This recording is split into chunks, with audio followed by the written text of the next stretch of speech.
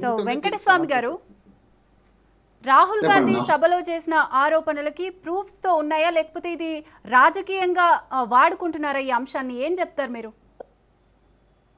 దేనికి ప్రూఫ్ కావాలండి? Budget it self is a proof. Budget అనేటువంటిది మేము తయారు చేసింది కాదు కదా. బడ్జెట్ భారతీయ జనతా పార్టీకి సంబంధించినటువంటి కేంద్ర ప్రభుత్వం తయారు చేసింది. కేంద్ర ప్రభుత్వం సంబంధించినటువంటి మాటలు మాట్లాడుతున్నప్పుడు వ్యక్తి పూజకు వ్యతిరేకం అనేటువంటి భారతీయ జనతా పార్టీ సిద్ధాంతానికి లేదా ఆర్ఎస్ఎస్ సిద్ధాంతానికి వ్యతిరేకంగా ఇలా వ్యక్తిని మాత్రమే మోడీ గ్యారంటీ, మోడీ పూజతోటి నడుస్తుంది. సో మోడీ గారు సమాధానం చెప్పడానికి ఎందుకు భయపడుతున్నారు, ఎందుకు అవాయిడ్ చేస్తున్నారు అనేటువంటిది క్వశ్చన్. సో బడ్జెట్కు సంబంధించినటువంటి దాంట్లో మోడీ గారు యాజ్ ఏ ప్రధానమంత్రిగా, ఈ దేశ ప్రధానమంత్రిగానే మేము వారిని గౌరవిస్తాం. వారు వచ్చి వారి సమాధానం చెప్పాలి. మణిపూర్లో మంటలు వేస్తే ఇప్పటి వరకు మౌనములాగానే ఉన్నాడు. ఇప్పుడు బడ్జెట్ విషయంలోనే మౌనంగానే ఉన్నాడు. అసలు పార్లమెంట్ రాకుండానే తప్పించుకొని ఆయన పని మీద ఆయన తిరుగుతున్నాడు. దానికి ప్రొటెక్షన్ స్పీకర్ గారు చేస్తున్నారు. ఏం చేస్తున్నారు, దానికి కారణాలు చెప్తున్నారు. మేము బడ్జెట్ ఆధారంగానే రాహుల్ గాంధీ గారి స్పీచ్ విందాం, అందరు కూడా వినాలి. భారతీయ జనతా పార్టీ మిత్రులు కూడా, మేము కూడా, అయితే అనాలిసిస్ చేసే వాళ్ళు కూడా వినాలి.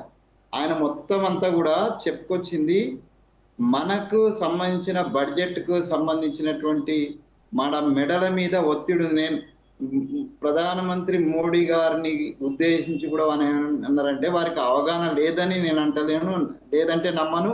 అదేవిధంగా వారు ఈ దేశాన్ని ఇట్టే, ఈ దేశం యొక్క అస్తిత్వాన్ని ఇట్టే తాకట్టు పెట్టే ప్రయత్నం కూడా చేయరు అని నేను నమ్ముతున్నాను.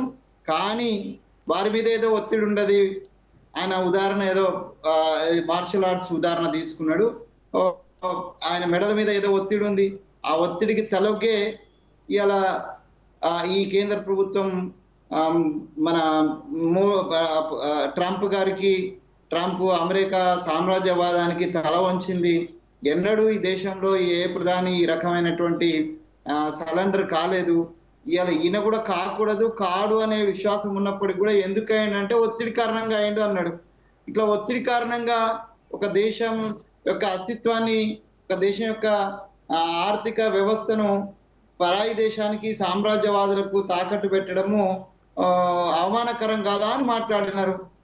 ఇది డైవర్షన్ పాలిటిక్స్ ఎట్లయితుంది, బడ్జెట్ నుంచి బక్కవపోవడం ఎట్లయితుంది, పూర్తి సారాంశం వినకుండా కేవలము మీకు అషేం ఫీల్ అయితే లేరా, లేకపోతే భారతదేశాన్ని అమ్మినట్టు కదా, భారత మాతను అమ్మినట్టు కదా అని ఈ కట్ అండ్ పేస్ట్ లో ఆ రెండు పదాలు తీసుకొని మిగతా ఆయన ఏ సారాంశం అయితే చెప్పిండో, ఈ దేశానికి ఏం స్ట్రెంగ్తో, ఎనర్జీ ఏంటిదో, ఈ దేశం యొక్క అస్తిత్వం ఏందో, దీని యొక్క బలం ఏందో, ఇక్కడ ఉన్నటువంటి రైతులు ఏందో, ఇక్కడ ఉన్నటువంటి ప్రజలు ఏందో, ఇక్కడ ఉన్నటువంటి ఎనర్జీ సోర్సెస్ ఏందో, ఇవి చెప్పిన ఎవరు మాట్లాడతలేరే.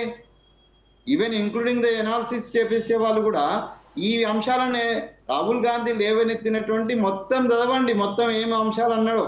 మిగతా వాటిని స్పీకర్ గారు కూడా ఆరోపణ చేస్తే వద్దు, ఎవరి పేర్లు తీసుకోవద్దు, అలో చేయొద్దు అంటే అది కూడా ఆయన వెనక్కి తీసుకున్నాడు.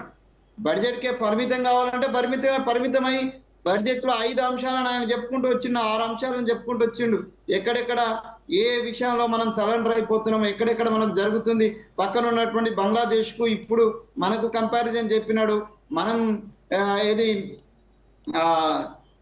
యావరేజ్ అటు వాజ్పేయి గారు ఉన్నప్పుడు కావచ్చు, ఇటు మన్మోహన్ సింగ్ ఉన్నప్పుడు కాబట్టి యాజ్ అన్ యావరేజ్ 3% ఉన్న ట్యాక్సెస్ మన మీద వేసేటువంటి ట్యాక్సెస్ 18%కి పోతాయి. వాళ్ళ మీద ఉన్నటువంటి 16 నుంచి ఇది 0కి ఎందుకు వచ్చింది, ఇది ఎవరి వత్తంత జరిగింది, ఎందుకు సరెండర్ అయినా అడుగుతున్నాం. మేమేం వాళ్ళను వ్యక్తిగత దూషణ భూషణకు పోతలేం.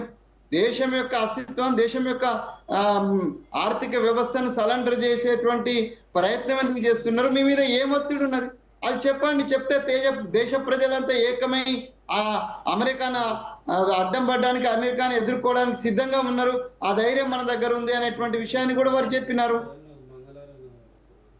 ఆపరేషన్ సింధూర్ సమయం కావచ్చు, లేకపోతే అంతకు ముందు జరిగినటువంటి పరిణామం విషయంలో ఈ దేశంలో ఉన్నటువంటి ప్రతిపక్ష నాయకుడిగా ఖర్గే గారు కావచ్చు, లేకపోతే రాహుల్ గాంధీ కావచ్చు, మనం భయం పంచాధికం శతం లాగా ఉండాలని నాలాంటి వాళ్ళు మాట్లాడినా, అక్కడ ఉన్నటువంటి వాళ్ళు ప్రత్యక్షంగా రాజ్నాథ్ సింగ్ నేతృత్వంలో మీటింగ్ జరిగినప్పుడు, ప్రధాని మోడీ గారు బీహార్ ఎలక్షన్ లో ఎంజాయ్ చేస్తున్నప్పుడు ఏం మాట్లాడకుండా we're with Indian force and Indian army or Indian government అని చెప్పినారు.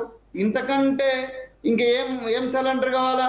అంటే వాళ్ళకు వ్యతిరేకంగా మాట్లాడితే మా మీద ఇక ప్రివిలేజ్ నోటీస్ ఇస్తారు.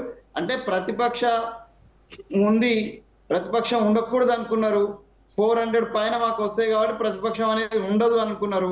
కానీ దానికి భిన్నంగా జరిగింది. ఇలా ప్రతిపక్షానికి అస్తిత్వం వచ్చింది, ప్రతిపక్ష నాయకుడు ఉన్నాడు. వెంకటస్వామి గారు, అంతకుముందు ప్రతిపక్షం హోదా లేకుంటే 54 ప్రభుత్వం 60 ప్రివిలేజ్ నోటీస్ ఇవ్వాలనుకోవడం, ఆ తర్వాత సబ్స్టాంటివ్ మోషన్ నోటీస్ తెరపైకి తేవడం దేనికి సంకేతంగా మీరు భావిస్తున్నారు? మాట్లాడకుండా చేయడం ఏంటి?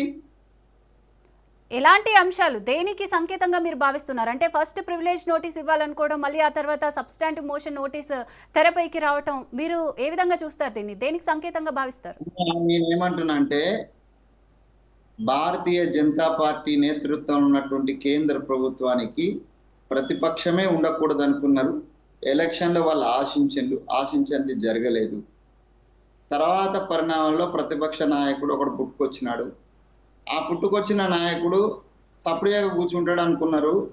కానీ ఈ దేశం యొక్క అస్తిత్వం నిలబెట్టడం కోసం, ఈ దేశం యొక్క ప్రజాస్వామ్యాన్ని, రాజ్యాంగాన్ని కాపాడడం కోసం అనుక్షణం తపనతోటి నిస్వార్థంగా వెస్టెడ్ ఇంట్రెస్ట్ లేకుండా ఎవరికి తల వంచకుండా ఒక ప్రతిపక్ష నాయకుడు మాట్లాడడము వారికి ఇష్టం లేదు.